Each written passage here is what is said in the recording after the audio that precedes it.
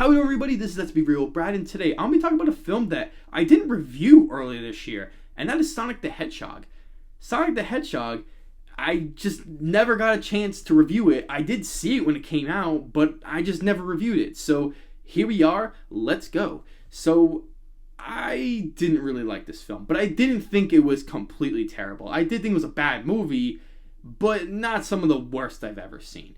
I'll start off with some of the positives that I like. I like the design of Sonic because they finally changed it. The creators actually listened to fans on social media and they completely changed it to what the fans wanted. So I think it's just a win-win situation. They ended up making more money and it made the fans happy. So, hey, I think that was a really great decision. I mean, it took them a little bit longer to make the film. I think it worked out in the best for him, and I really enjoy Sonic as a character. I mean, nothing too special personally for me, but I think he definitely does carry the film along with another character I really enjoy, Jim Carrey as Eggman. I thought Jim Carrey did a really good job of just being this comical, weird, mad scientist. And Jim Carrey is really good, as we all know, playing that comic character. So for me, I thought this was the perfect role for him. And at times he can be kind of annoying and just too over the top of my taste, but that could be just due to the script and the direction of the director for him.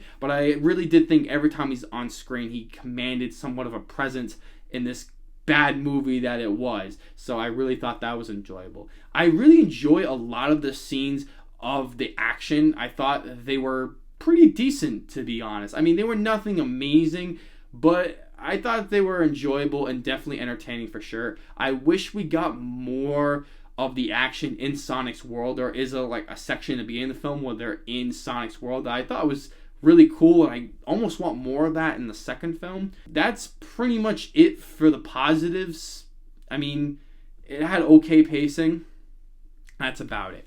Now let's get to my negatives, and that is the writing. The writing is pretty insufferable in most of the parts. You have some really terrible jokes. You have a lot of pop culture, modern day jokes that probably won't last.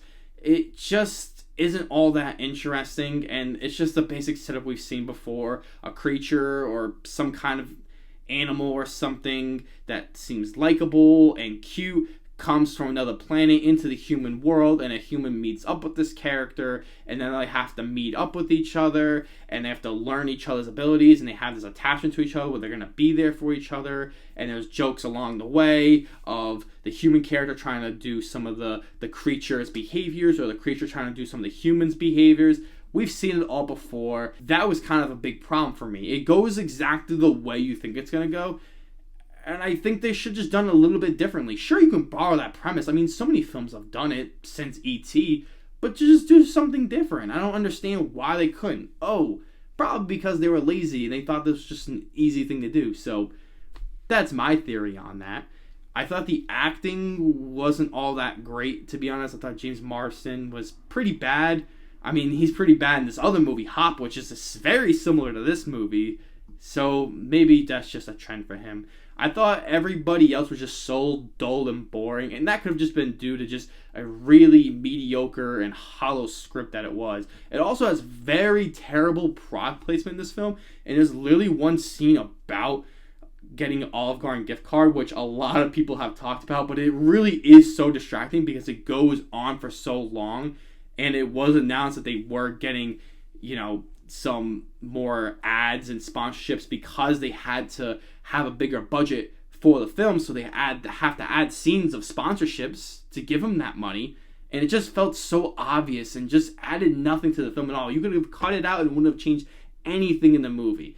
That's how bad it was. I know a lot of people really like this film, but if you do, good for you. I hope you really enjoy it. I know Sonic fans really do enjoy it, and that's great for them. I thought for me, there's nothing to it that makes me just I want to go back and rewatch. I want something to really enjoy. And it's one of those movies that you could just turn your brain off and just watch and just have a good old time. But to be honest, I found it just being kind of insufferable and not acting like they really cared. Because there's some blockbusters I'll just give 6 out of 10 that they really tried. They put a lot of money into and try to get the best talent possible. And it's just a fun movie. And this one just didn't have that same charm that a lot of those other style blockbuster films too. Is this one of the best video game adaptations of all time?